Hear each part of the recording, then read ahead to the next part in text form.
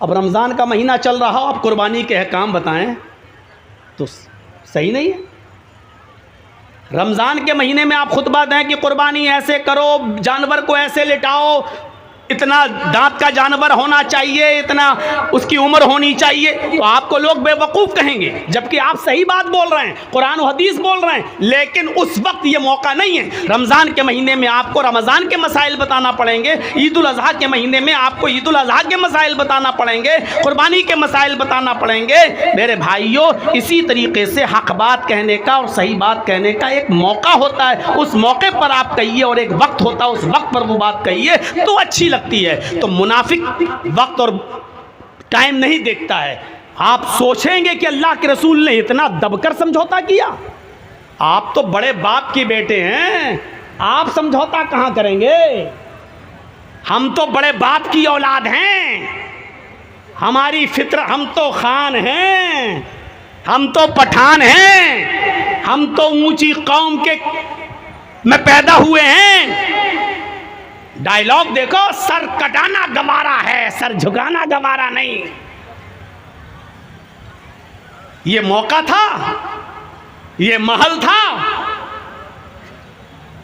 I love Mohammad का जलूस निकालना और लेके चलना और वरगलाना और कहना और चीखना कि हम तो निकालेंगे मोहम्मद के नाम पर हमारी जानें भी कुर्बान।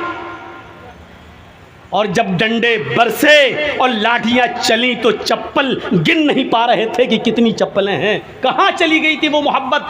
कोई मरा नहीं। कहां चली गई थे वो लोग जो कह रहे थे कि मोहम्मद के नाम पर हमारे सीने छल्ली हो जाने के, हम कराने के लिए तैयार हैं, हम जान देने के लिए तैयार हैं। आज मेरे भाइयों गौर करो, बरेली की धरती पर और बरेली की सरजमीन पर आज कितने मकान और कितनी दुकानें आज बुलडोज कर दी गई और गिरा दी गई। कौन है इसका जिम्मेदार? किसने मना किया कि रसूलुल्लाह से मोहब्बत नहीं होनी चाहिए? रसूलुल्लाह से मोहब्बत तो हमारे ईमान का हिस्सा है। जिसके अंदर रसूल की मोहब्बत नहीं वो मुसलमान ही नहीं। लेकिन जज्बात, जोश, और उस जोश में हम ये भूल गए कि इस वक्त कौन लोग हमारे सरों पर मुड़लाए हुए हैं और कौन लोग बैठे हुए हैं, ये हम भूल गए। अल्लाह के नबी भी अपने सहाबा के साथ निकले थे, मदीने से चल चुके थे, हुदैबिया के मकाम पर पहुंच चुके थे। और यहाँ जितने लोग बैठे, पूछिए हज करने गए होंगे, उम्रा करने गए होंगे, हुदैबिया का मकाम देखा है? मैं भी सन 1914 में मैं भी 2014 में अपने वालिद साहब के साथ गया था हज करने के लिए और अपनी वालदा के साथ। मैं हुदैबिया के मकाम को देख चुका हूँ। मक्के से कोई 7 मील की दूरी पर बस मदीने से चले अल्लाह के रसूल और आपके सहाबा, जिसमें अबू बकर भी हैं, उमर भी हैं, हजरत अली भी हैं, बड़े बड़े सहाबा मौजूद हैं। ये काफिला मदीने से चला। आजकल की तरह ये ज़माना नहीं था कि मौलाना जर्जी साहब पटना से 1 बजे दिन में वंदे भारत पे बैठे और शाम को 7 बजे आपके किशनगंज में उतर गए और जलसे में आके कहने की सफ़र बहुत लंबा था, बहुत थक चुका हूँ, तबीयत खराब है। ये वो दौर नहीं था। घोड़े का सफ़र, खच्चर का सफ़र, ऊंट का सफ़र, लाइटों का ज़माना नहीं। रास्ते में कितनी तकलीफ का से गुजरना हुआ होगा आपको। और 300 मील तकरीबन 450 किलोमीटर का सफ़र करके हुदैबिया के मकाम पर आकर रुक गए। बरेली के लोगों की तरह अल्लाह के नबी के सहाबा में ऐसे भी ऐसे लोग थे जो ये कह रहे थे कि अल्लाह के रसूल, नहीं हम तो आए हैं तो उम्रा करके जाएंगे, या तो मरेंगे या मारेंगे। और नबी के सहाबा मौत से पीछे हटने वाले नहीं थे। वो ऐसे थे कि कोई कहता था कि आए खुबैब, आज तो तुम्हें भी अच्छा लगता होगा कि मैं बच जाऊं और मेरी जगह मोहम्मद फंस जाएं। तो हजरत खुबैब ने कहा कि मैं ये भी नहीं चाहता हूं कि मेरे पैर में, अल्लाह के रसूल के पैर में कांटा चुभ हो दिया जाए और मेरी जान बच जाए। अगर मुझसे कहोगे कि सिर्फ अपने पैर में कांटा चुभ हो लेने दो, मैं मोहम्मद को छोड़ दूंगा, तो अल्लाह की कसम मैं मोहम्मदुर रसूलुल्लाह सल्लल्लाहु अलैहि वसल्लम के पैर में कांटा भी नहीं चुभ होने दूंगा, अपनी जान दे दूंगा, लेकिन नबी के पैर में कांटा भी चुभाने की इजाजत नहीं दूंगा। इतनी मोहब्बत थी सहाबा को। हजरत उमर कह भी रहे हैं, हजरत उमर थोड़े जज्बाती जोश, अल्लाह के रसूल इतनी दूर से आए हैं, हम रुक जाएंगे? इधर मक्के में ऐलान कर दिया गया कोई भी आए कत्ल कर दो, किसी को आने नहीं दिया जाएगा। अल्लाह के नबी और आपके सहाबा हुदैबिया के मकाम पर रुक जाते हैं। अब सुनिए मुसलमानों, फितना किस तरीके से रोका गया, और हमारी ये बात बहुत काम आएगी, आज के इस दौर में भी काम आएगी, इस इलेक्शन के ज़माने में भी काम आएगी।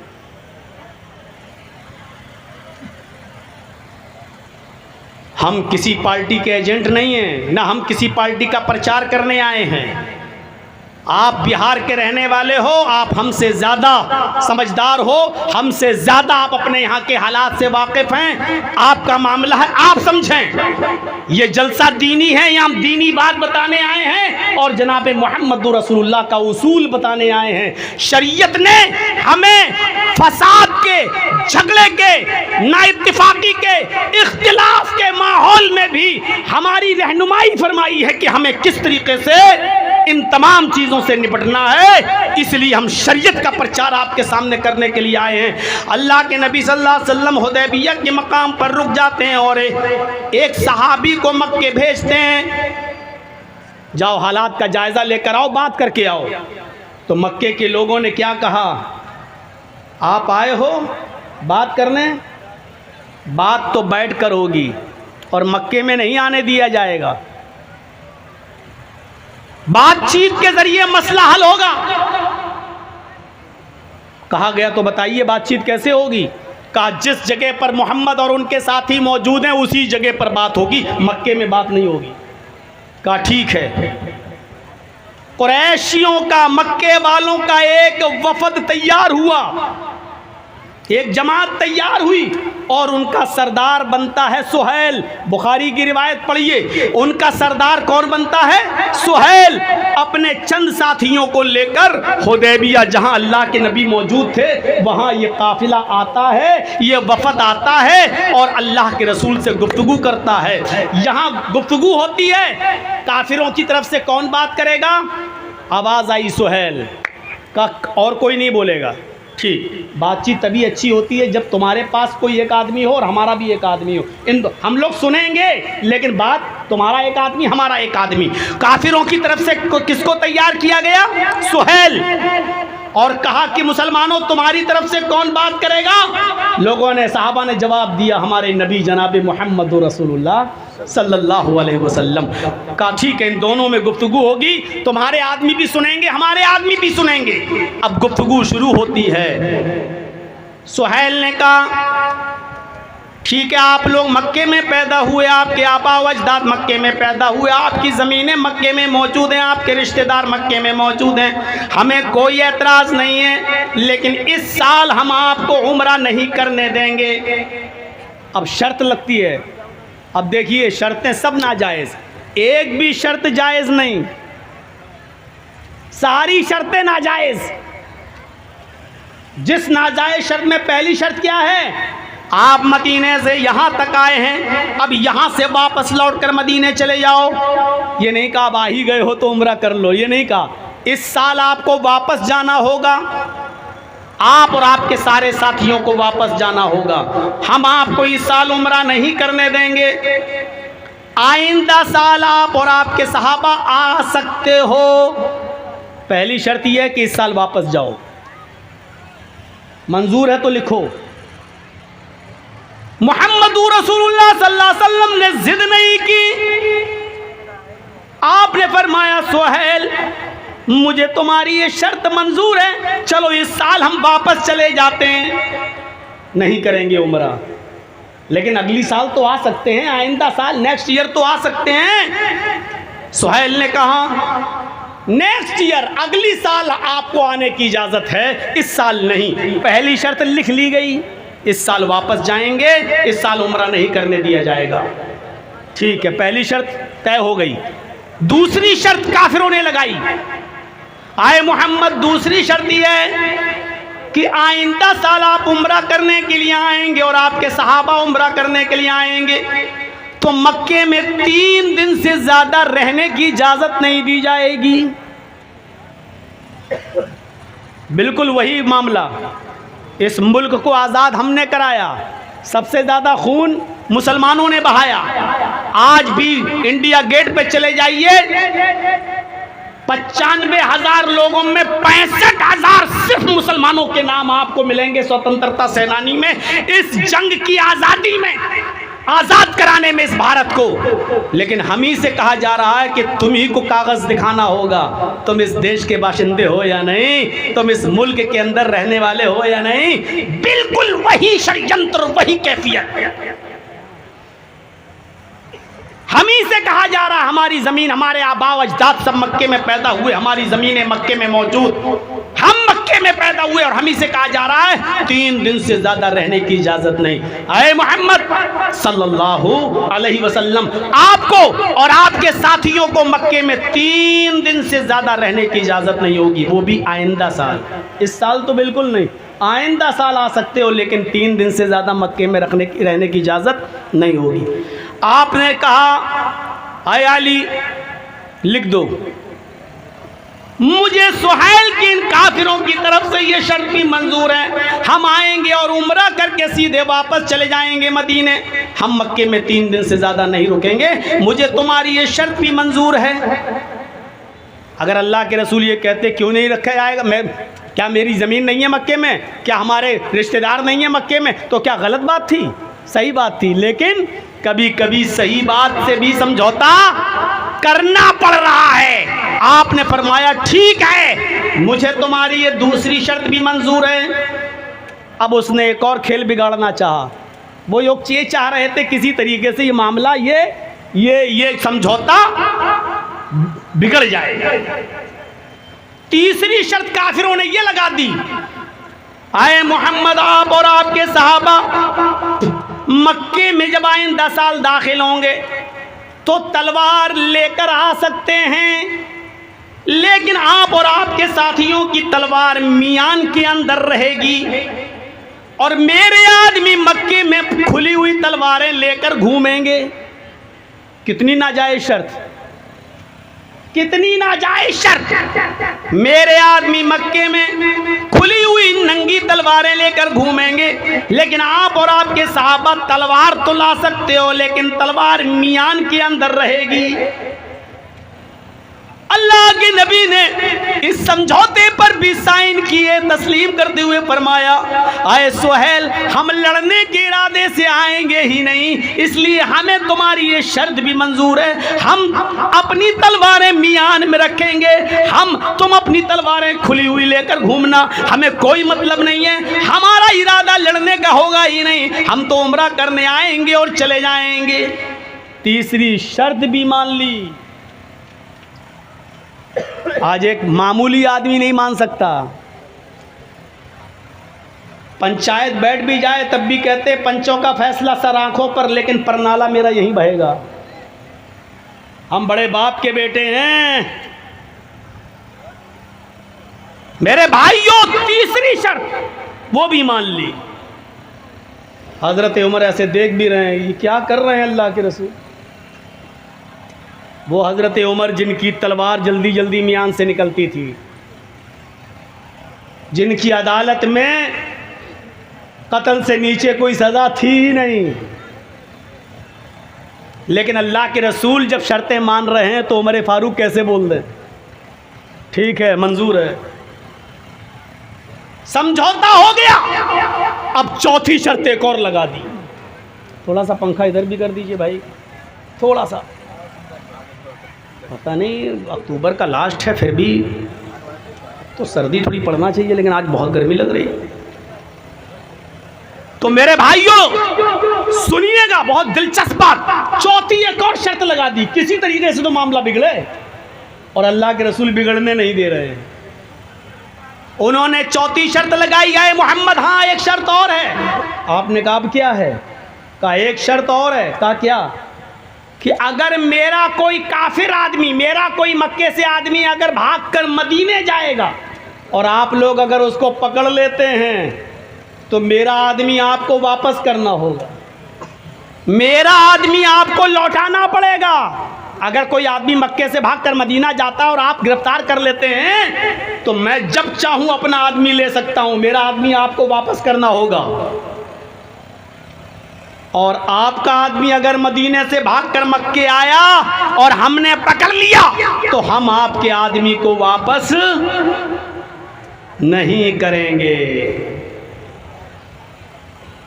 आज के इस दौर में ये समझौता कोई कर सकता है? कोई तहरीक, कोई तंजीम, कोई गिरोह, और साथ में जोड़ दो कोई पार्टी, कोई खानदान, कोई नस्ल, इतना गिरकर कोई समझौता कर सकता है? मेरा आदमी अगर भागकर मक्के से मदीना आएगा तो आपको वापस करना होगा, लेकिन आपका आदमी अगर भागकर मक्के से मदीने से मक्का आएगा तो हम वापस नहीं करेंगे। अल्लाह के नबी जनाब मोहम्मद रसूलुल्लाह सल्लल्लाहु अलैहि वसल्लम फरमाते हैं, आए सुहैल मुझे तेरी ये शर्त भी मंजूर है। हजरत उमर ने कहा, अल्लाह के नबी ये शर्त? मेरा आदमी ये वापस नहीं करेंगे और इनका आदमी मैं वापस करूं? अल्लाह के नबी ने फरमाया, आए उमर तुम नहीं जानते हो, जो मेरा हो जाता है वो जाने का नाम भी नहीं लेता। मेरा तो कोई आदमी जाएगा ही नहीं, और इनका अगर कोई आ भी जाएगा तो मेरे पास चंद दिन रहकर ऐसा अखलाक को किरदार देखकर ऐसा हो जाएगा कि जाने के बाद भी वो मेरा ही रहेगा। मुझे आए सुहैल तेरी ये शर्त भी मंजूर है, ये भी मंजूर कर लिया और लिख दिया गया मोहम्मदुर रसूलुल्लाह को ये समझौता मंजूर है। सुहैल से कहा कि तुम भी दस्तखत कर दो। सुहैल ने जब पढ़ा तो अब एक और नाजायज शर्त, और इतनी खराब शर्त। उसने कहा, आए मोहम्मद सल्लल्लाहु अलैहि वसल्लम, इस पर रसूलुल्लाह लिखा हुआ है, मैं आपको रसूल मानता ही कब हूँ? रसूलुल्लाह काटो, लिखो मोहम्मद इब्ने अब्दुल्लाह को ये समझौता मंजूर है। अगर ये लिखोगे मोहम्मदुर रसूलुल्लाह को समझौता मंजूर है तो हम समझौता ही नहीं करेंगे। हम आपको रसूल मानते ही कहाँ हैं? अगर रसूल मान लें तो झगड़ा ही किस बात का है? फिर तो झगड़ा ही ख़त्म है। आप कहते हो मैं अल्लाह का रसूल हूँ और हम आपको अल्लाह का रसूल मानते ही नहीं है, इसलिए लिखो हम ये मानते हैं कि आप अब्दुल्लाह के बेटे अब्दुल मुत्तलिब के पोते हैं। आप ये लिखिए कि मोहम्मद इब्ने अब्दुल्लाह को ये शर्तें मंजूर हैं। रसूलुल्लाह काटिए। आपने हज़रत अली से कहा, अय अली रसूलुल्लाह काट दो। फसाद रोकने के लिए, खून खराबा रोकने के लिए लफ्ज़ रसूल तक कटवाने के लिए तैयार हो गए मोहम्मदुर रसूलुल्लाह। इससे ज़्यादा कोई अमन पसंद इंसान होगा? इससे ज़्यादा कोई अमन और शांति को चाहने वाला होगा? काश ये गोदी मीडिया मोहम्मदुर रसूलुल्लाह सल्लल्लाहु अलैहि वसल्लम के इस अमन वाले समझौते को पढ़ती, गौर करती और देखती और छापती और बताती कि मोहम्मदुर रसूलुल्लाह ने अमन कायम करने के लिए और शांति को बहाल करने के लिए लफ्ज़ रसूलुल्लाह तक कटवाने के लिए तैयार हो गए। हज़रत अली ने कहा, अल्लाह के नबी क्या आप रसूल नहीं हैं? कहा, जी मैं तो रसूल हूँ।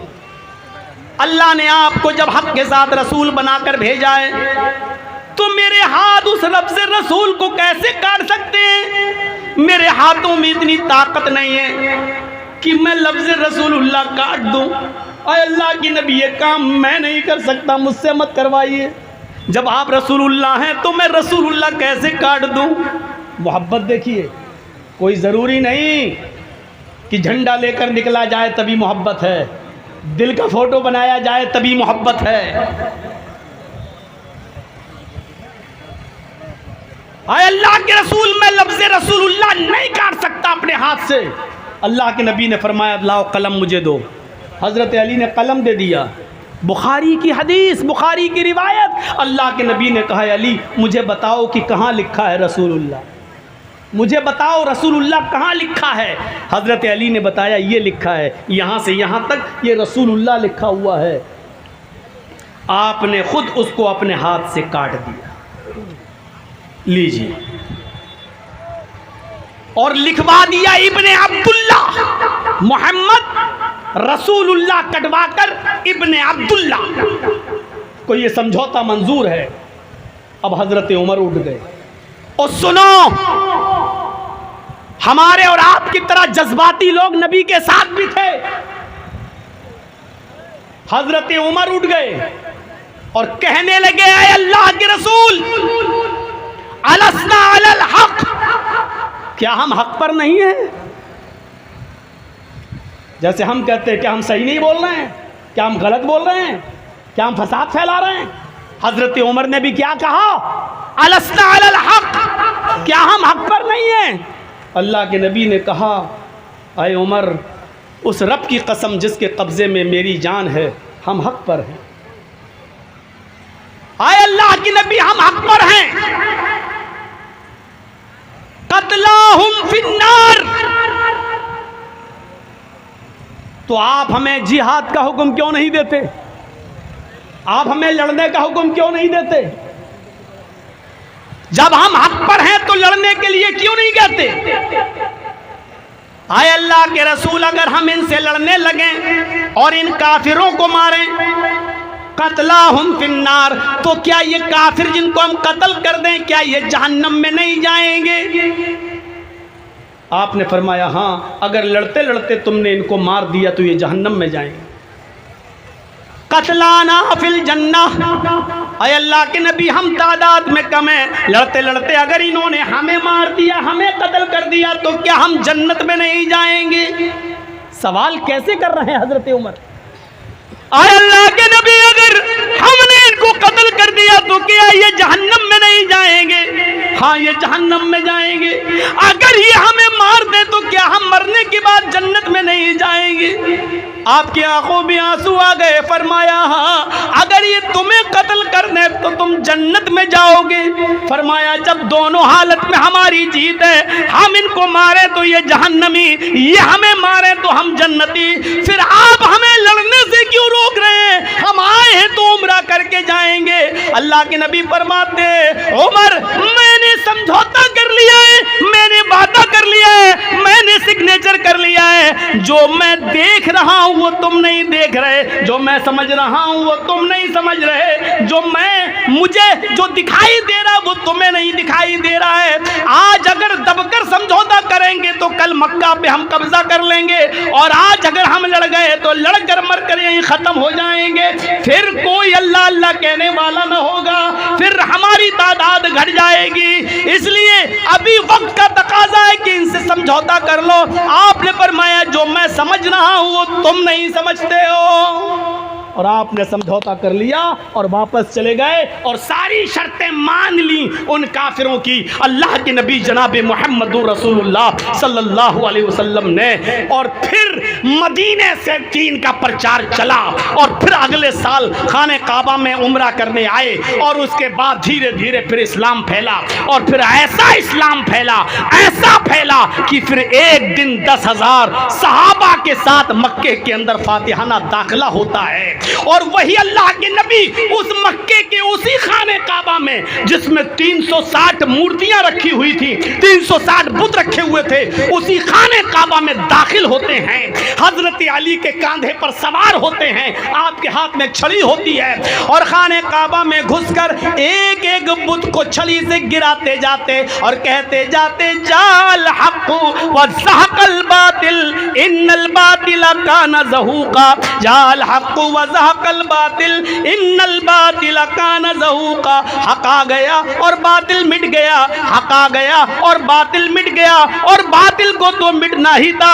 हक आ गया और बातिल मिट गया, और बातिल को तो मिटना ही था, खत्म होना ही था।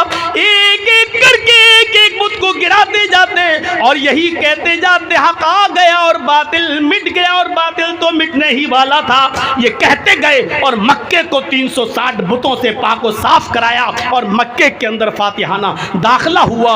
अगर अल्लाह के रसूल उस वक्त समझौता न करते तो क्या मक्के में शानदार फातिहाना दाखिला होता? ये जीत की निशानी थी। उस वक्त समझौता करना काफिरों को लग रहा था कि हम जीत गए, लेकिन हकीकत ये थी कि ये थोड़ी देर के लिए समझौता कर लेना और मान लेना इस बात की दलील थी कि आगे का मुस्तकबिल बहुत अच्छा है, फ्यूचर बहुत अच्छा है। इस समझौते की रोशनी में हम हालात का जायजा लें। उसमें भी साहबा थे, कुछ कह रहे थे अल्लाह के नबी बिल्कुल सही कर रहे हैं, और कुछ कह रहे थे कि अल्लाह के रसूल को इतना रुस्वा भरा, इतना बेइज्जती वाला, इतना जिल्लत भरा समझौता नहीं करना चाहिए। आज भी अगर चंद लोगों की बात होगी तो चंद लोग कहेंगे हमें भी इतना जलील नहीं होना चाहिए। आज भी अगर मशवरे दोगे तो आज भी कुछ लोग कहेंगे क्या हम लोग जिंदगी भर यही करते रहें, क्या हम लोग जिंदगी भर यही करते रहें, क्या हम लोग जिंदगी भर जलील होते रहें। आज भी मेरे भाइयों हमारे समाज और सोसाइटी में मशवरे करेंगे तो ये कहने वाले भी लोग मौजूद होंगे, लेकिन सोचिए और गौर कीजिए, आज इस्लाम की कोई इबादत मुझे ऐसी बताओ जिसमें इज्तिमाइयत ना हो। आज कहाँ चली गई हमारे दरमियान से इज्तिमाइयत? नमाज तो आदमी घर में भी पढ़ सकता है, लेकिन क्यों कहा कि नमाज मस्जिद में और जमात के साथ पढ़िए? क्यों? इसलिए कि इस्लाम इज्तिमाइयत चाहता है।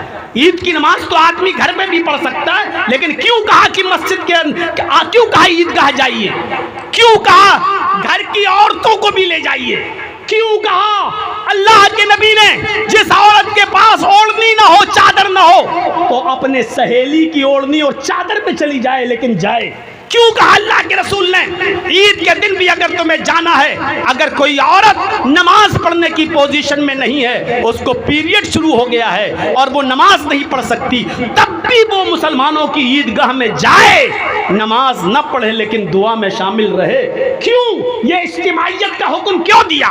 लेकिन आज वो इज्तिमाइयत कहाँ चली जाती है मेरे भाइयों? आज हमारे दरमियान इख्तिलाफ क्यों है? आज हमारी नाइत्तिफाकी का फायदा लोग क्यों उठा रहे हैं? इलेक्शन का दौर है तो हमें बांटा जाएगा, और इलेक्शन का दौर खत्म हो जाएगा तो उसके बाद भी हम बटेंगे, तब मसलकों के नाम पे बटेंगे। तेरे पीछे मेरी नमाज नहीं, मेरे पीछे तेरी नमाज नहीं। और मुरादाबाद जैसे कांड होंगे कि मुरादाबाद में अगर किसी बरेलवी आदमी की नमाज जनाजा कोई देवबंदी मौलवी पढ़ा दे तो बरेलवी मौलवी फतवा देता है कि पूरे गांव के तमाम सुन्नियों के निकाह टूट गए, और वो बैठेगा और फिर सबका निकाह पढ़ाना शुरू कर देगा। 5 साल तक हम हनफी, मालिकी, शाफई, बरेलवी, तेरी मस्जिद मेरी मस्जिद, तेरा निकाह मेरा निकाह, ये कर करके लड़ हम अपनी जिंदगी बर्बाद कर लेते हैं। और इलेक्शन का दौर आ जाता है तो हमारे वोटों में इंतशार पैदा करा के हमें अलग अलग बांट कर मेरे भाइयों हमारी कमजोरी का नाजायज फायदा उठाया जाता है। मेरे भाइयों, ये कौम जब तक मुंतशिर रहेगी, जब तक बड़ी रहेगी, जब तक इज्तिमाइयत इसके अंदर नहीं आएगी, इसी तरीके से हम और आप जलील होते रहेंगे, रुस्वा होते रहेंगे, ख्वार होते रहेंगे। और आज मैं डंके की चोट पर कहता हूं, डंके की चोट पर कहता हूं कि इस वक्त कोई हमारा अपना नहीं है। जिसको बुरा लगे लगता रहे, जो जिस पार्टी का मानने वाला हो मानता रहे, होता रहे। इस वक्त कोई भी हमारा नहीं है, कोई भी हमारा नहीं है, किसी पर भी भरोसा करने के लायक नहीं है। हमें किसी ने कुछ भी नहीं दिया है। मगरमच्छ और घड़ियाली के आंसू बहाने वाले सब इस वक्त हमारे साथ आ रहे हैं, लेकिन हमारे साथ कोई नहीं है। ये आपको सोचना है, हमें सोचना है कि इस वक्त आप ये सोचो कि हमारा कोई है, वो तो कोई नजर नहीं आएगा। अब ये सोचना तुम्हारा काम है कि सबसे कम नुकसानदेह कौन है।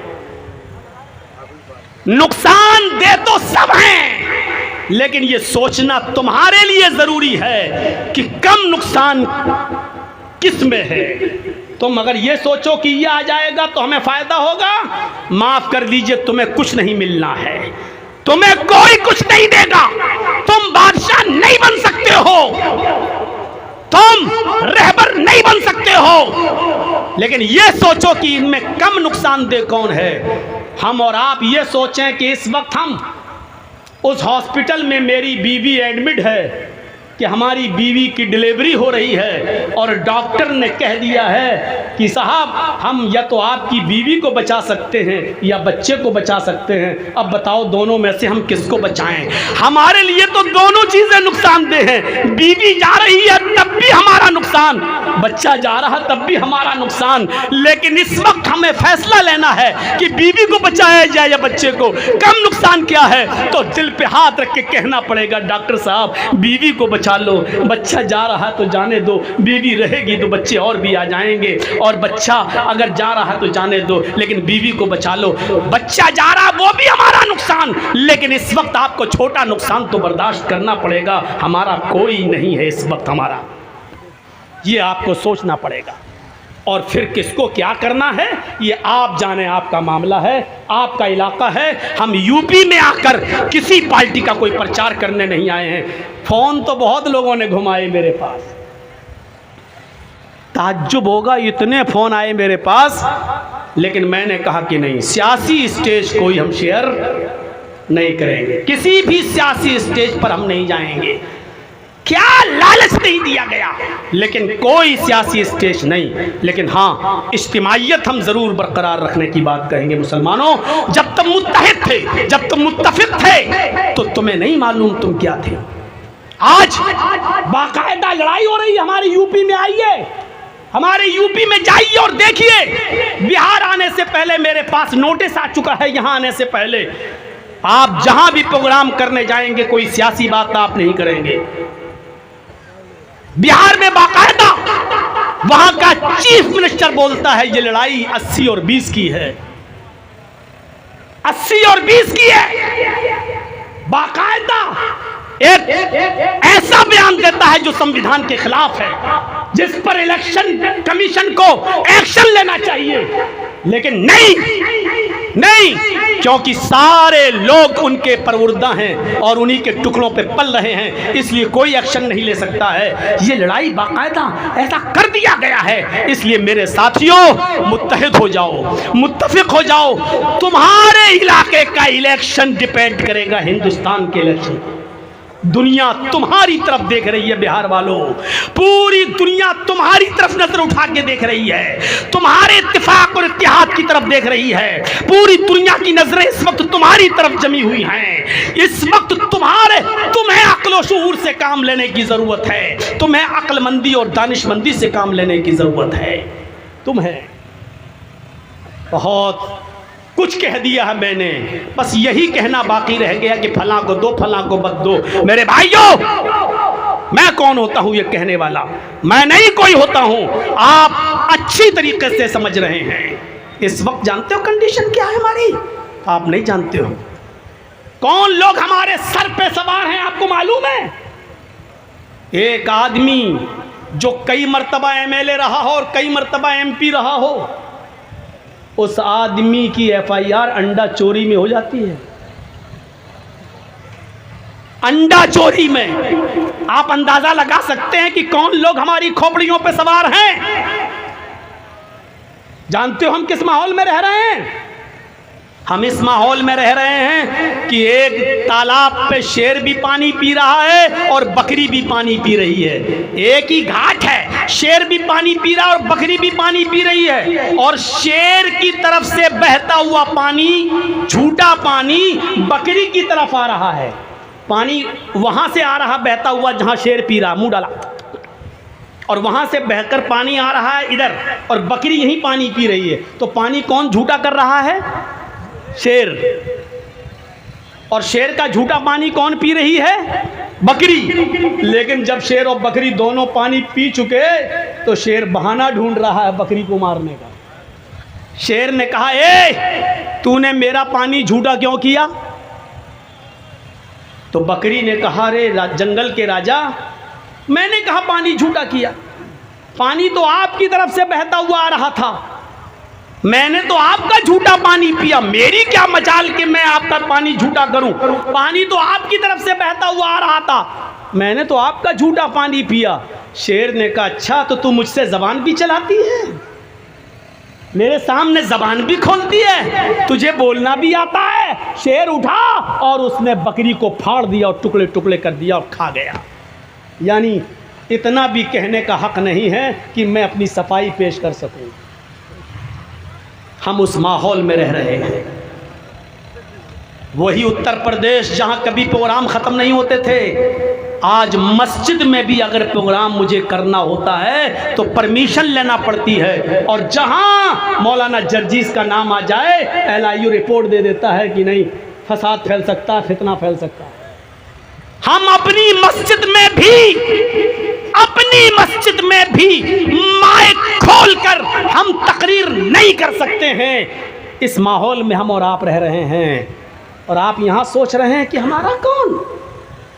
इस मौके पर मेरे भाइयों, हम तो पहले ही कहते हैं, और हम हर जलसे में मैंने ये बात कही है कि हमारा कोई रहबर नहीं, कोई रहनुमा नहीं, सब अपना अपना उल्लू सीधा कर रहे हैं। सब मुसलमानों का वोट लेना चाहते हैं और मुसलमानों को देना कोई कुछ नहीं चाहता है। ये अलग बात है कि कोई कम नुकसानदेह है, कोई ज़्यादा नुकसानदेह है। इसलिए मेरे प्यारे भाइयों, हमें और आपको बड़ी दूरअंदेशी से, हिकमत से और बड़ी होशियारी से काम करने की ज़रूरत है। मैं जानता हूँ हो सकता है कि इस तकरीर के बाद भी मैं घर पहुंचूं और घर पहुंचने से पहले कोई नोटिस मेरे घर पर आ जाए। हो सकता है कि इत्तेफाक और इत्तेहाद की बात करके आया। आज लोगों को ये बुरा लग रहा है कि जर्जीस साहब इत्तेफाक की बात करें, जर्जीस साहब इत्तेहाद की बात करें, जर्जीस साहब मिलाने की बात करें। बुरा, ये भी बुरा लग रहा है लोगों को। मेरे भाइयों, हम इस वक्त उस इतनी मसलहत से काम लेने की जरूरत है जैसे लोमड़ी ने मसलहत से काम लिया था। याद है, एक जंगल के अंदर शेर ने भी शिकार किया और भेड़िए ने भी शिकार किया और लोमड़ी ने भी शिकार किया। शेर ने गधा मार लिया और भेड़िए ने बकरी मारी और लोमड़ी ने खरगोश मार दिया। अब शेर ने पूछा कि मैंने गधा मारा, भेड़िए ने बकरी मारी, लोमड़ी ने खरगोश मारा, तीनों जानवर मरे पड़े हैं। अब शेर ने भेड़िए से कहा कि भेड़िया समझते हैं ना, शेर ने भेड़िए से कहा भेड़िए फैसला करो कि कौन सा जानवर कौन खाएगा। सबने मेहनत की है, फैसला करो कौन सा जानवर कौन खाएगा। भेड़िया शेर की बात को समझ नहीं पाया, शेर के इरादे को समझ नहीं पाया। और मैं शेर किसको कह रहा हूं ये आप समझ जाइए, उसकी नीयत समझ नहीं पाया भेड़िया। तो भेड़िए ने कहा कि साहब ये तो बहुत आसान है। कहा क्या आसान है? कहा कि आपने गधा मारा है, ये बड़ा जानवर है, आप खा लीजिए। भेड़िए ने कहा फैसला किया, और मैंने बकरी मारी है तो मैं बकरी खा लेता हूं, और लोमड़ी ने खरगोश मारा है, लोमड़ी खरगोश खा लेती है। शेर ने कहा इधर आ, इधर आ, इधर आ। उनको लाया, पकड़ा और गर्दन दबाई और फाड़ दिया। कमीना, ये फैसला करता है? ये फैसला है तेरा? ये कौन सा फैसला है? तुम गधा खा लो, मैं बकरी खा लूंगा। लोमड़ी ने खरगोश मारा, लोमड़ी खरगोश खा लेगी। जबकि फैसला बिल्कुल सही था, फैसला गलत नहीं था, सही था, लेकिन उसकी नीयत नहीं समझ पाया भेड़िया। शेर ने उसको फाड़ दिया, खा दिया। अब लोमड़ी से कहा कमीना, फैसला करना नहीं आता है, भेड़िया भेड़िया ही रहेगा, तुम बताओ। अब लोमड़ी से कहा कि तुम बताओ कौन सा जानवर कौन खाएगा, तुम अच्छी तरीके से फैसला कर लोगी, बताओ। लोमड़ी मौके की नज़ाकत को समझ गई। लोमड़ी ने कहा बिल्कुल बेवकूफ़ था, पागल था, कमीने को फैसला ही करने नहीं आया। अरे जंगल के राजा, ये 4 जानवर जो मरे पड़े हैं चारों आपके हैं। सुबह उठिए गधा खा लीजिए, दोपहर में आप बकरी खा लीजिए, शाम के टाइम पर आप भेड़िया भी खा लीजिए, और रात में आप खरगोश भी खा लीजिए। आप जंगल के राजा हैं, ये आप नहीं खाएंगे तो कौन खाएगा? इस कमीने को फैसला करना नहीं आता है। ये चारों जानवर आपके हैं, आप खा लीजिए। भेड़िए ने कह दलाओ, शाबाश, तू बहुत अच्छा फैसला करती है, बहुत एक्सपर्ट है फैसला करने में, बड़ी माहिर है तू फैसला करने में। अब शेर ने लोमड़ी से पूछा, इतना अच्छा फैसला करना तूने कहाँ से सीखा? लोमड़ी ने कहा, इसी भेड़िए से सीखा। लोमड़ी ने बहुत अच्छा जवाब दिया। लोमड़ी ने कहा, इसी भेड़िए से सीखा है। जबकि लोमड़ी का फैसला गलत था, लेकिन मसलहत का तकाजा ये था, अपने आप को बचाना था, इसलिए उसने क्या फैसला किया? सुबह गधा खा लो, दोपहर में बकरी खा लो, असर के टाइम पे, शाम के टाइम पे भेड़िया खा लो, और शाम को जब सोने चलो तो खरगोश भी खा लो, चारों जानवर आप। शेर ने कहा, वाह क्या बेहतरीन फैसला किया है, वाकई तू बहुत अच्छा फैसला करना जानती है, ये कहाँ से सीखा? कहने लगी, आप भेड़िए से सीखा है, भेड़िए से। कमीना सच्ची बात न कहता तो आज ये हाल ना होता, मर गया। तो मसलहत अपना कर अपने आप को बचा लेना और हालात का इंतज़ार करना। जैसे मोहम्मदुर रसूलुल्लाह ने सुलह हुदैबिया के मौके पर नाजायज़ शर्तें मानकर अपने आप को और सहाबा को बचाकर वक्त का इंतज़ार किया, और फिर एक वक्त आया कि फातिहाना तौर पर मक्के में दाखिला हुआ और मक्के के अंदर एंट्री हुई। मेरे प्यारे साथियों, ये बातें हमें और आपको सोचना चाहिए और गौर करना चाहिए। यही हिकमत और दूरअंदेशी, और पूरा इस्लाम हिकमत से भरा पड़ा है, पूरा इस्लाम हिकमत से भरा पड़ा है। आपको मालूम है, एक सहाबी आए, नए नए इस्लाम लाए और कहने लगे, सुनन दारमी की रिवायत, अय अल्लाह के रसूल, देखिए हिकमत क्या थी, अय अल्लाह के रसूल मैं नया नया मुसलमान हुआ हूँ। आपने कहा अल्लाह बरकत दे। कहा अल्लाह के रसूल एक लड़की से दोस्ती है, क्या मैं उसके साथ जा सकता हूँ? जिना करना चाहता हूँ, उससे मेरी ताल्लुकात कायम है। गौर करो, किस चीज़ की इजाज़त मांग रहा है? जिना की। कौन मांग रहा है? नया नया इस्लाम लाया है, सहाबी है। किससे मांग रहा है? मोहम्मदुर रसूलुल्लाह से। अरे आपके अंदर भी इतनी तमीज़ होगी कि सिगरेट पीते हुए जा रहे होंगे और किसी मौलाना पर नज़र पड़ी, बुजुर्ग आदमी पर, तो आप अपनी सिगरेट बुझा लेते हैं कि ये मौलाना साहब की कम से कम इज्जत करनी चाहिए, उनके सामने सिगरेट नहीं। और ये शख्स कैसा देहाती था, अल्लाह के रसूल से कह रहा है कि मुझे इजाज़त दीजिए जिना करने की, और साहबा कोनी मार के करे चुप। अल्लाह के नबी ने फरमाया साहबा से, नहीं नहीं नहीं नहीं, अय हाय हाय, मसलहत देखिए, हिकमत देखिए। आप चाहते तो उसको डांट सकते थे, पागल कमीने, जिना की इजाज़त मांगना, शर्म नहीं आती तुझे? लेकिन नहीं, डांटा नहीं, क्योंकि डांटते तो भाग जाता, फटकारते तो भाग जाता। आपने कहा इधर आओ, आपने उसको कितने प्यार से समझाया। और सुनो नौजवानों, आपने उसको कितने प्यार से समझाया। आपने फरमाया बैठो, जिना करना चाहते हो? अब भी कह रहा जी। किससे? एक है हमारी दोस्त। अच्छा अच्छा, एक काम करो, जो काम तुम उस लड़की से करना चाहते हो, चलो वो काम तुम अपनी माँ के साथ कर लो, करोगे? लीजिए, हिकमत देखिए। जबकि अल्लाह के रसूल ये नहीं कहना चाह रहे हैं कि अपनी माँ से करो, लेकिन आप उससे कह रहे हैं कि अपनी माँ के साथ ये काम करो, करोगे? अल्लाह के नबी, उसकी ज़बान से जुमला क्या निकला? फिदा का भी व उम्मी या रसूल अल्लाह, मेरे माँ बाप आप पर कुर्बान, ऐसा कौन हो सकता है जो अपनी माँ के साथ ये जिना करे? नहीं अल्लाह के नबी, ऐसा नहीं हो सकता। अपनी माँ के साथ कौन करेगा? आपने कहा हाँ, माँ के साथ तो कोई नहीं कर सकता। फिर आपने फ़ौरन कहा अपनी बहन के साथ ये काम कर लो, जो उस लड़की के पास है वो तुम्हारी बहन के पास भी है। यही अल्फाज है। उसने कहा अल्लाह के नबी, मेरे माँ बाप आप पर कुर्बान, कोई शरीफ आदमी अपनी बहन के साथ भी गलत काम नहीं कर सकता। आपने कहा हाँ हाँ, बहन के साथ कौन कर सकता है? देखिए समझाने का स्टाइल देखिए, अपनी बेटी के साथ ये गलत काम कर लो। उसने कहा अल्लाह के नबी, मेरे माँ बाप पर कुर्बान, ऐसा शरीफ इंसान अपनी बहन, अपनी बेटी के साथ कौन होगा जो जिना करेगा? नहीं नहीं, बेटी के साथ भी नहीं। फिर आपने उससे कहा अच्छा, अपनी फूफी के साथ कर लो, अपनी चची के साथ कर लो, अपनी खाला के साथ कर लो। हर बात पे कहता गया कि नहीं नहीं, अल्लाह के नबी, शरीफ इंसान कोई अपनी चची के साथ, फूफी के साथ नहीं कर सकता है, खाला के साथ नहीं कर सकता है। आपने फरमाया नौजवान, जब कोई अपनी माँ, बहन, बेटी, फूफी, चची, खाला के साथ ये काम नहीं कर सकता है, तो ये बताओ क्या तुम ये पसंद करोगे कि तुम्हारी बहन के साथ, तुम्हारी बेटी के साथ, तुम्हारी फूफी के साथ, तुम्हारी चची के साथ, तुम्हारी माँ के साथ कोई गलत काम करे? कहा अल्लाह के नबी मैं भी ये पसंद नहीं करूंगा कि कोई मेरी बहन बेटी के साथ ऐसा करे। आपने फरमाया जिस लड़की के साथ तुम जिना करना चाहते हो वो भी तो किसी की बहन होगी, वो भी तो किसी की बेटी होगी, वो भी तो किसी की खाला होगी, फूफी होगी, चची होगी, कोई तो होगी। वो आदमी कैसे बर्दाश्त करेगा और मंजूर करेगा कि उसकी बहन बेटी के साथ ऐसा किया जाए? कहने लगा अल्लाह के नबी मेरी समझ में आ गया है, मेरे लिए दुआ कीजिए अल्लाह ताला मुझे इस शर से बचाए। आपने उसके सर पे हाथ फेरा और उसके लिए दुआ की, आए अल्लाह इसको हराम कारी से और हराम चीज़ों से बचा ले।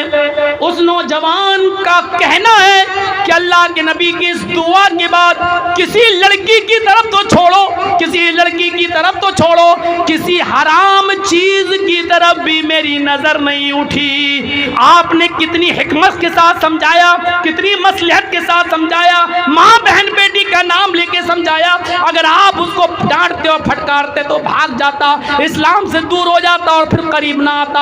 आपने उसको बड़े प्यार से समझाया, हिकमत से समझाया और प्यार से समझाने का नतीजा ये निकला कि वो तमाम हराम कामों से तौबा कर लेता है और फिर किसी हराम चीज की तरफ नजर भी नहीं डालता। तो पूरा इस्लाम हिकमत से भरा पड़ा है, पूरा इस्लाम मेरे भाइयों मसलहत से भरा पड़ा है। हमें और आपको भी मसलहत के पेशे नजर बहुत सी चीजों से समझौता करना पड़ेगा, हमें भी हालात के पेशे नजर बहुत सी चीजों से समझौता करना पड़ेगा। बड़े बाप का बेटा मत बनो मेरे भाइयों, हिकमत से काम लीजिए और बिहार के इस वक्त के होने वाले चुनाव को जिस पर पूरी दुनिया की नजर है, हिंदुस्तान की नहीं पूरी दुनिया की नजर है, इस चुनाव को मेरे भाइयों एक मिसाली चुनाव बनाओ, इलेक्शन बनाओ। वैसे ही आपको मालूम नहीं कि आपको विदेशी कहा जा रहा है, आपको रोहिंग्या कहा जा रहा है, आपको बांग्लादेशी कहा जा रहा है, आपके ऊपर क्या क्या इल्जामात लगाए जा रहे हैं और आप ये जानते हैं कि कौन आपके पीछे पड़ा हुआ है और इस वक्त के चुनाव को क्या क्या बनाने की कोशिश की जा रही है। इसलिए मुसलमानों मेरी आपसे अपील है कि बड़ी हिकमत के साथ, बड़ी दूरअंदेशी के साथ एक एक वोट की कद्र कीमत को पहचानना, इत्तिफाक और इत्तेहाद का सबूत देना, जहां भी जाना मिलकर जाना, जिस जगह भी वोट डालना इत्तिफाक के साथ डालना, इत्तेहाद के साथ डालना। किसको देना ये आपकी मर्जी है, लेकिन इंतशार न हो, इफ्तराक न हो, बंटवारा न हो। अगर आपका बंटवारा हो गया तो समझ लो कि फिर से देश के दुश्मनों के हाथों में इसकी बागडोर जा रही है।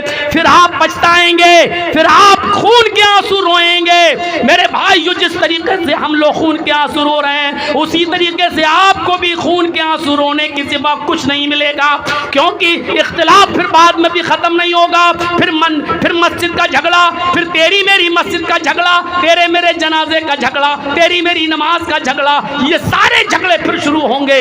अल्लाह से दुआ करो मेरे भाइयों कि अल्लाह हम तमाम मुसलमानों को इत्तिफाक और इत्तेहाद के एक प्लेटफार्म पे कायम फरमा दे, हम सबको मिला दे, हम सबको आपसी इख्तिलाफात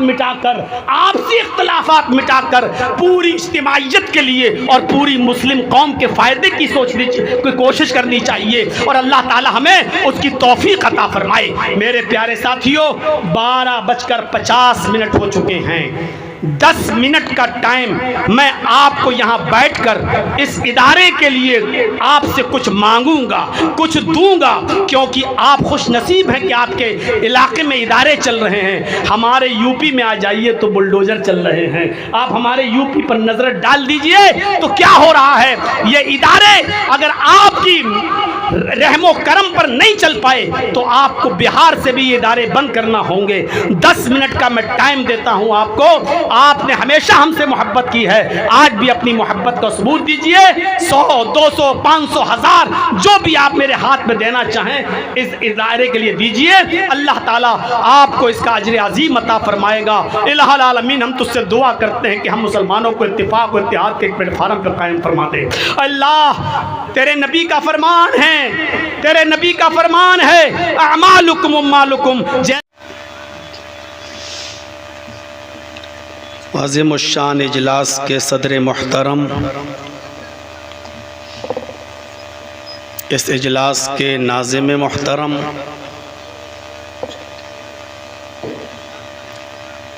इस इजलास के रूह रवां, कहा है जनाब रहमान साहब स्टेज पर बैठे हुए मुअज़्ज़ज़ व मुअक्कर उलमाए किराम, मदरसा हाजा का पूरा स्टाफ, अराकीन व मेम्बरान, स्टेज पर बैठे हुए मोहल्ले के और इस इलाक़े के बावक़ार और सम्मानित अहबाब, बेलवा किशनगंज और उसके अतराफ़ व अकनाफ़ से तशरीफ़ लाए हुए इंतहाई मोहतरम सामईन हज़रात, पर्दा नशीन इस्लामी ख़वातीन, माँ और बहनों, कौम व मिल्लत के लायकवर नौजवानों, मुस्तक़बिल के होनहार अज़ीज़ बच्चों,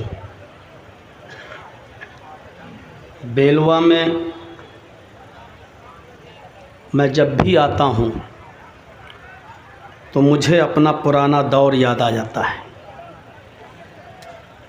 इस इलाक़े में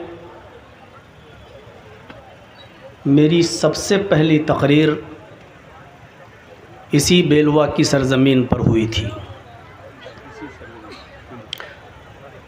और इसी सरज़मीन पर और इसी फील्ड पर हुई थी।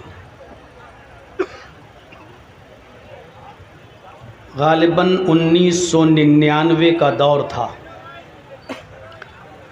और आज 2025 चल रही है। 26 साल का अरसा, 25 साल का अरसा बहुत ही जल्दी गुज़र गया। नई नस्लें आ गईं। यकीनन इन 25 सालों में बहुत से लोग इस दुनिया से चले भी गए। जैसे मैं 25 साल पहले भी जनाब इसराइल साहब के घर पे रुका था और आज भी मैं उन्हीं के घर पर ठहरा हुआ हूँ। अशरफ भाई हमारे मेज़बान बने, हम उनके मेहमान। अल्लाह रब्बुल आलमीन जो लोग इस दुनिया से गुज़र गए उनको ग़रीक़ रहमत फ़रमाए, उनकी मग़फ़िरत फ़रमाए, और जो लोग इस वक्त मौजूद हैं अल्लाह रब्बुल आलमीन हमें दीन इस्लाम पर कायम रखना और जब हमारा ख़ात्मा हो तो ईमान पर हमारा ख़ात्मा फरमाना। बहुत ही हसास मौजू की तरफ आज मैं आप को ले चलना चाहता हूँ। इस दौर में, इस ज़माने में हमें इस चीज़ की ज़रूरत है। जो कुरान की आयत मैंने आपके सामने अभी तिलावत की है सूरह बकरा के दूसरे रुकू से, उस आयत के अंदर अल्लाह तबारक व तआला ने मुनाफिकों की एक निशानी बताई है। एक अलामत बताई है और ये बताया है कि मुनाफिक की पहचान क्या है।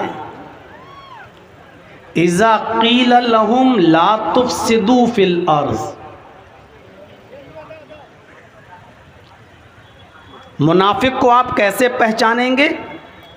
बहुत सी अलामतें हैं, लेकिन यहाँ मैं एक अलामत बतला रहा हूँ आपको कि जब उनसे कहा जाता है कि ज़मीन में फ़साद मत फैलाओ, ज़मीन में फ़साद बर्पा मत करो, तो मुनाफिक आदमी झट से ये जवाब देता है इन्नमा नहनु मुस्लिहून, हम तो इस्लाह कर रहे हैं, हम फसादी नहीं हैं। अभी जरजीत साहब से कहिए कि जरजीत साहब आप ये मत बोलना, वो मत बोलना, इस पे तक़रीर मत करना, आप आए हो तो ये मत कहना, वो मत कहना, और सीधे सीधे दीन की बात बताकर आप चले जाइए। जरजीत साहब झट से कहेंगे क्यों? मैं जो बोल रहा हूँ या बोलता हूँ वो कोई चीज़ गलत है क्या? क्या मैं सच नहीं बोलता हूँ? क्या मैं हक बात नहीं कहता हूँ?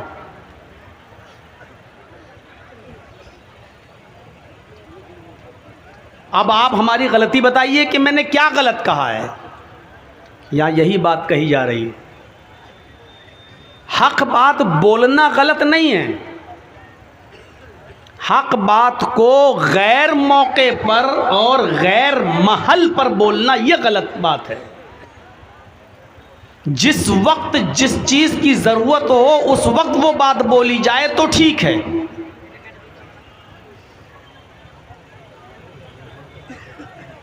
इस जलसे में मैं बोल सकता हूं कि 200, 300, 400, 500 आदमियों की बारात गलत है, इस्लाम में कोई हुक्म मौजूद नहीं है, शरन नाजायज़ है।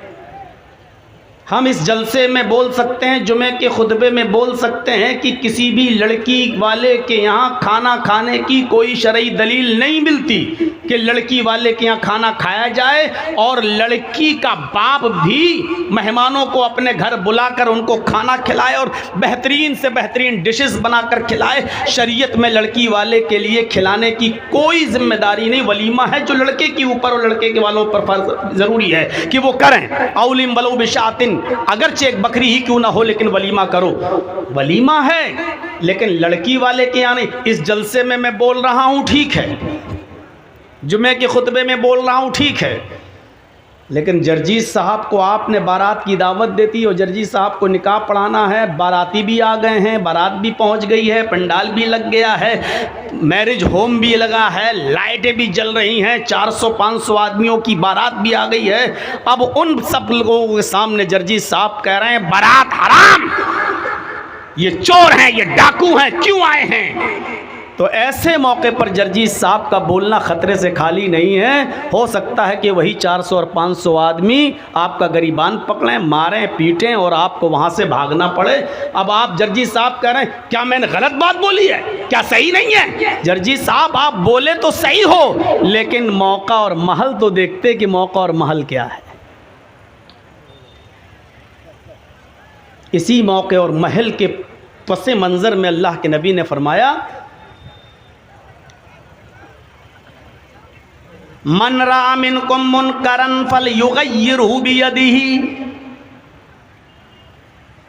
जब तुम किसी बुराई को अपनी आंखों से देख लो तो कोशिश करो उसको अपने हाथ से रोकने की, अपने हाथ से उसको मिटाओ, उस बुराई को अपने हाथ से रोको। लेकिन उसके फ़ौरन बाद ही अल्लाह के नबी ने फरमा दिया व इल्लम यस्तति फबिलिसानी, अगर हाथ से उस बुराई को दूर करना मुमकिन न हो तो ये नहीं कहा कि लड़ो, ये नहीं कहा कि झगड़ा करो, ये नहीं कहा कि ज़बरदस्ती उसको मिटाओ। अगर हाथ से किसी बुराई को रोकने में फितना फैल सकता है, फसाद बर्पा हो सकता है, लड़ाई हो सकती है, झगड़ा हो सकता है, तो तुम वहाँ उस बुराई को हाथ से मत रोको, फबिलिसानी ही, अपनी ज़बान से मना करो। लेकिन कभी कभी ज़बान चलाना भी बड़ा मुश्किल हो जाता है, और ज़बान से कहने में भी फितना और फसाद फैल सकता है।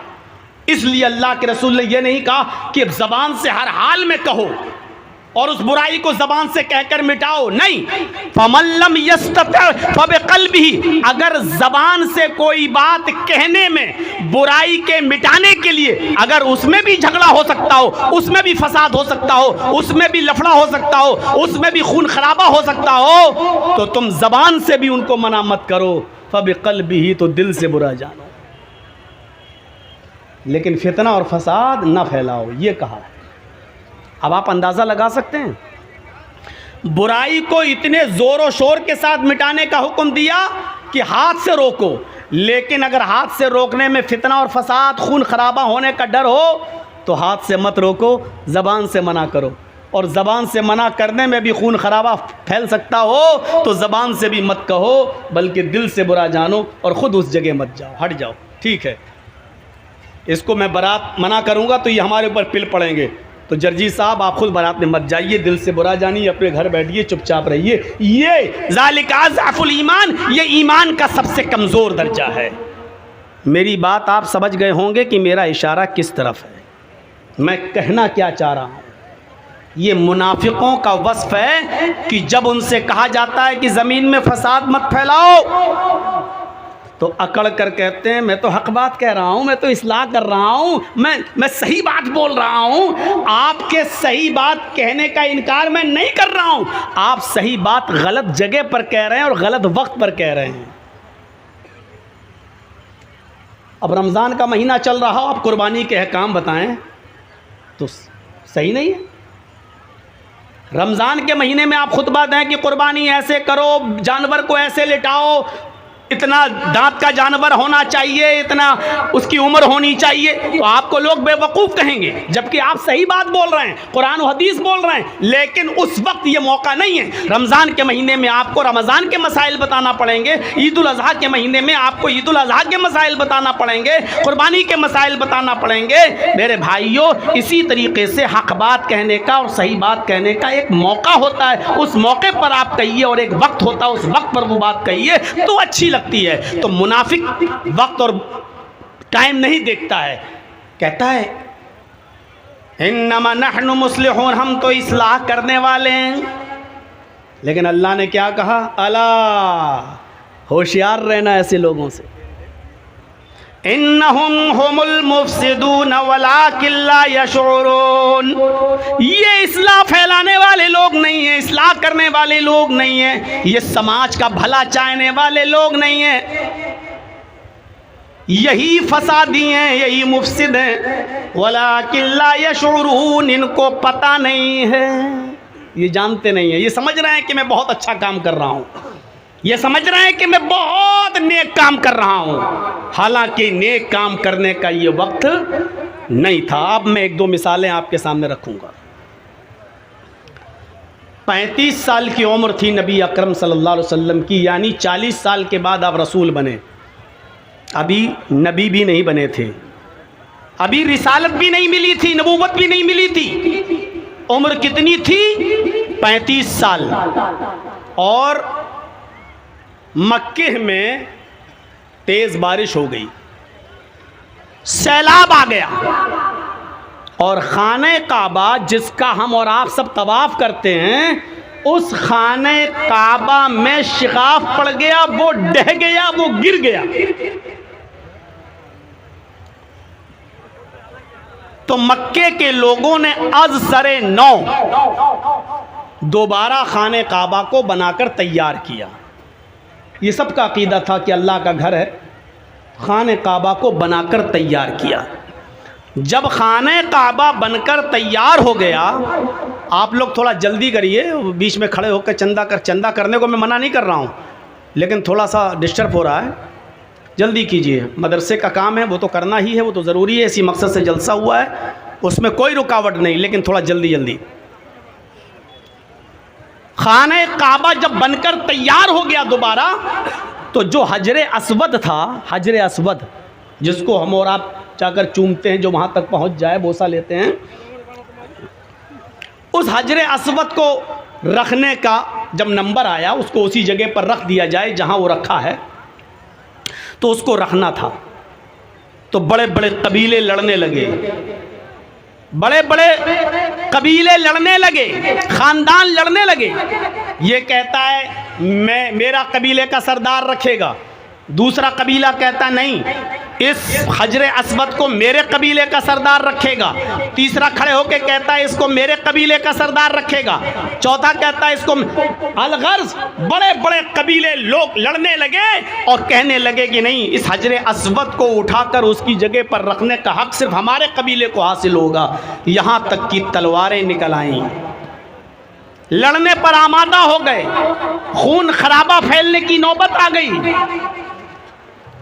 खून खराबा फैलने की नौबत आ गई। अब आप लोग अपनी जगह पर बैठे रहिए। जिसको जब कोई नजराना तोहफा मदरसे को देना हो सदका, तो इंशाअल्लाह मैं आपको मौका दूंगा। तकरीर के बाद मैं बैठूंगा, मुझसे मुसाफा भी करिएगा और मेरे हाथ पर इस मदरसे के लिए आपको कुछ देना भी होगा। आप उसकी जेब से मैं निकालूंगा ज़रूर, अपनी मोहब्बत देखूंगा।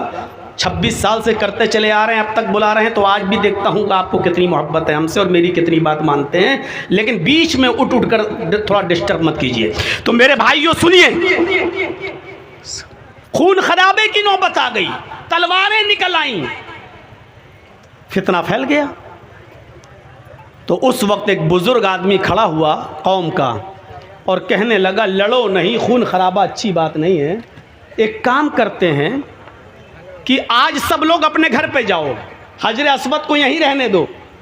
आज सब लोग अपने घर पे जाओ, कल सुबह सबसे पहले खाने काबा में जो आ जाएगा, सबसे पहले खाने काबा में जो आ जाएगा उसी को जज मान लिया जाएगा, उसी को फैसल मान लिया जाएगा। और वो जो फैसला करेगा उसके फैसले को हम और आप सब तस्लीम कर लेंगे। वही जज होगा, वो जो फैसला करेगा उसका फैसला माना जाएगा। सब लोग इस बात पर मुत्तफिक हो गए कि हाँ चलिए, कल सबसे पहले जो खाने काबा में आएगा वो जज होगा और वो जो फैसला करेगा उसका फैसला सब मान लेंगे। तो हर आदमी को ये उम्मीद थी कि सबसे पहले मैं ही आऊँगा, हम सोएंगे ही नहीं आज रात में, सबसे पहले हम ही आएंगे खाने काबा में। तो सब लोग जाकर अपने अपने बिस्तर पर बैठ गए, बातें करने लगे।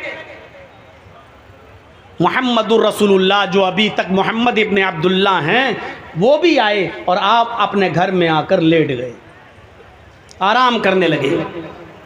जो जल्दी सोता है अमूमन वो जल्दी उठ जाता है, और कभी कभी रात भर जागने के चक्कर में आदमी को बिल्कुल, जब रात की जवानी होती है तो आदमी की आंख लग जाती है। स्टेशन पर बैठे 12 बजे से बैठे, इंतज़ार कर रहे हैं, पता चला गाड़ी 2:30 बजे आएगी, फिर वो 3 बजे आएगी, फिर 3:30, अचानक आंख लग गई, पता चला गाड़ी आई और चली भी गई और हम बैठे रह गए। जो लोग आए वो रात भर जागते रहे, लेकिन ऐन मौके पर जब सुबह होने वाली हुई तो उनकी आंख लग गई। और मोहम्मद इब्ने अब्दुल्ला आते ही सो गए थे, इसलिए सुबह जल्दी उठ गए और खाने काबा में सबसे पहले पहुंच गए। अब जब इन लोगों की आंख खुली, ये लोग भागते हुए जब पहुंचे खाने काबा, तो क्या देखते हैं कि खाने काबा का दरवाजा खुला हुआ है। और जब ये लोग अंदर पहुंचते हैं काफिरीन मक्का, तो क्या देखते हैं, मोहम्मद इब्ने अब्दुल्ला पहले से मौजूद हैं। तो जानते हो इन सब की जबान से क्या जुमला निकला? जैसे ही इन लोगों ने मोहम्मद इब्ने अब्दुल्ला को देखा तो इनकी जबान से जो जुमला निकला वो जुमला ये था, कद जाअनल अमीन कद जाअनस सादिक, हमारे पास अमानतदार आ गया, हमारे पास एक सच्चा इंसान आ गया। मुझे थोड़ा डर लग रहा है, ये लाइट आंख मार रही है, डीजल कहीं ख़त्म होने वाला ना हो। थोड़ा पहले से बोल के रखिए, नहीं तो फिर एकदम अंधेरा हो जाएगा, फिर लोगों को बीड़ी और सिगरेट पीने का मौका मिल जाएगा।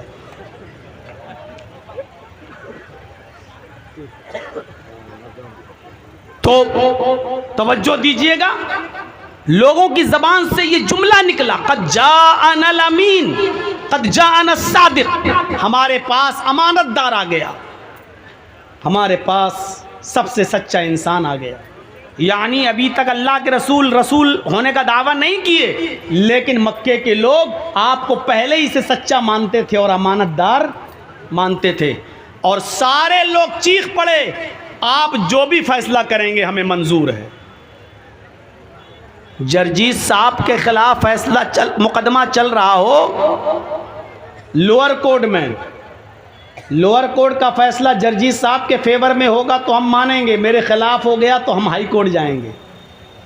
हाई कोर्ट का फैसला मेरे हक में हुआ तो ठीक, नहीं हुआ तो हम सुप्रीम कोर्ट जाएंगे। ऑप्शन है ना, यहां कोई ऑप्शन नहीं। मक्के के सारे लोगों ने कहा, आए मोहम्मद, हमने पूरी जिंदगी में आपको कभी झूठ बोलते हुए नहीं देखा, इसलिए आप जो भी फैसला करेंगे मंजूर है। अभी फैसला किया नहीं अल्लाह के नबी ने, लेकिन लोगों ने मानने का इकरार पहले कर लिया कि आप जो भी फैसला करेंगे हम आपका फैसला मान लेंगे, चाहे वो मेरे फेवर में जाए, चाहे वो मेरे खिलाफ जाए, चाहे वो मेरे हक में जाए, चाहे वो मेरे खिलाफ जाए, आपका फैसला हम मान लेंगे। मोहम्मद इब्न अब्दुल्लाह फरमाते हैं, क्या तुम सब लोग मेरे फैसले को मानोगे? कहा जी। अब अक्लमंदी देखिए, फितने को कैसे रोका, फसाद को कैसे रोका, खून खराबे को कैसे ख़त्म किया।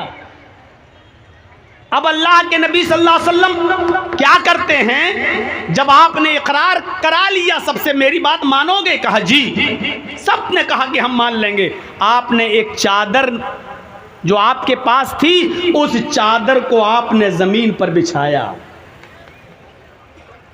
और उस चादर के ऊपर आपने हजर अस्वद को रख दिया और आपने कबीले के सरदारों से कहा कि तुम ये कोना पकड़ो, तुम ये कोना पकड़ो, तुम ये कोना पकड़ो, तुम ये कोना पकड़ो। सब लोगों ने एक एक कोना पकड़ लिया। जो चार बड़े बड़े कबीले लड़ रहे थे आपस में, उन चारों कबीलों के सरदारों से आपने चादर का एक एक कोना पकड़वा दिया और फिर आपने कहा इसको उठाओ। सब लोगों ने उसको चादर को उठाया। हजर अस्वद भी उठ गया जो उस चादर में रखा हुआ था, हजर अस्वद भी उठ गया।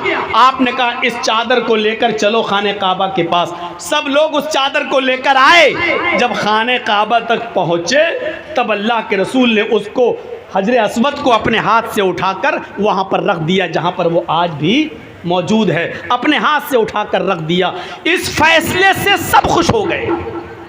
हर कबीले का सरदार ये कहने लगा कि हजर अस्वद को मैंने उठाया, वो कहता मैंने उठाया, वो कहता मैंने उठाया, चौथा भी कह रहा मैंने उठाया, और सबको कोई शिकायत का मौका नहीं मिला। ये थी अल्लाह के नबी सल्लल्लाहु अलैहि वसल्लम की अक्लमंदी, ये थी नबी अकरम सल्लल्लाहु अलैहि वसल्लम की दूरअंदेशी। और नबी बनने से पहले जिस नबी की अक्लमंदी और दूरअंदेशी का ये आलम हो, तो नबी बनने के बाद उस रसूल की अक्लमंदी और दूरअंदेशी का आलम क्या हो।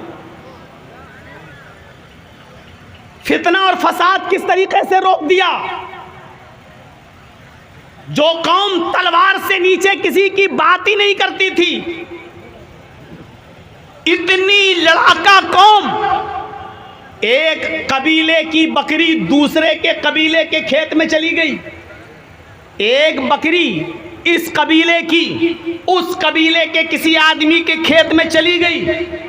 उसने उसको डंडा मार दिया। उस बकरी के टांग में चोट आई। बकरी लंगड़ाते हुए अपने घर आई। इस कबीले के लोग उस कबीले के लोगों से लड़ने लगे, तूने मेरी बकरी को लाठी क्यों मारी? उसने कहा तेरी बकरी मेरे खेत में कैसे आई? बकरी तो बच गई, लेकिन दोनों कबीले मेरे भाइयों लड़ाई लड़ते हैं तो ये लड़ाई 27 साल तक चलती रहती है और रुकने का नाम नहीं लेती। आप अंदाजा लगाएंगे कितनी खतरनाक कौम थी ये। बकरी नहीं मरी, बकरी की सिर्फ टांग टूटी, लेकिन दोनों कबीलों में जब लड़ाई हुई तो ये लड़ाई 27 साल तक चलती रही। और 27 साल के बाद जब आपस में मिलन होता है, मुलाकात होती है, दोनों कबीलों को मिलाया जाता है, उस वक्त दोनों कबीलों के अफराद के मरने वालों की तादाद गिनी जाती है तो पता चलता है कि दोनों कबीलों के तकरीबन 40,000 अफराद अब तक मर चुके हैं। एक बकरी के चारा खाने की वजह से। कितनी खतरनाक कौम थी। इस कौम को इंसान बनाया मोहम्मदुर रसूलुल्लाह सल्लल्लाहु अलैहि वसल्लम ने। वज़कुरू निअमतल्लाहि अलैकुम इज़ कुंतुम अदाअन फ़अल्लफ़ बैन क़ुलूबिकुम फ़अस्बहतुम बिनिअमतिही इख़वाना। तुम अल्लाह की उस नेमत को याद करो जो उसने तुम्हारे ऊपर बर्पा की, जो उसने तुम्हारे ऊपर नाफिज की, जो उसने तुम्हारे ऊपर बरसाई।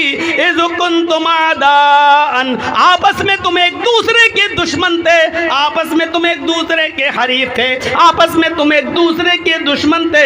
फ़अल्लफ़ बैन क़ुलूबिकुम, अल्लाह ने तुम्हारे दिलों में उल्फत डाल दी, अल्लाह ने तुम्हारे दिलों में मोहब्बत डाल दी। फ़अस्बहतुम बिनिअमतिही इख़वाना, तो तुम अल्लाह की इस नेमत से आपस में भाई भाई बन गए। ऐसी कौम को अल्लाह के नबी ने मोहब्बत से, अखलाक से भाई भाई बना दिया।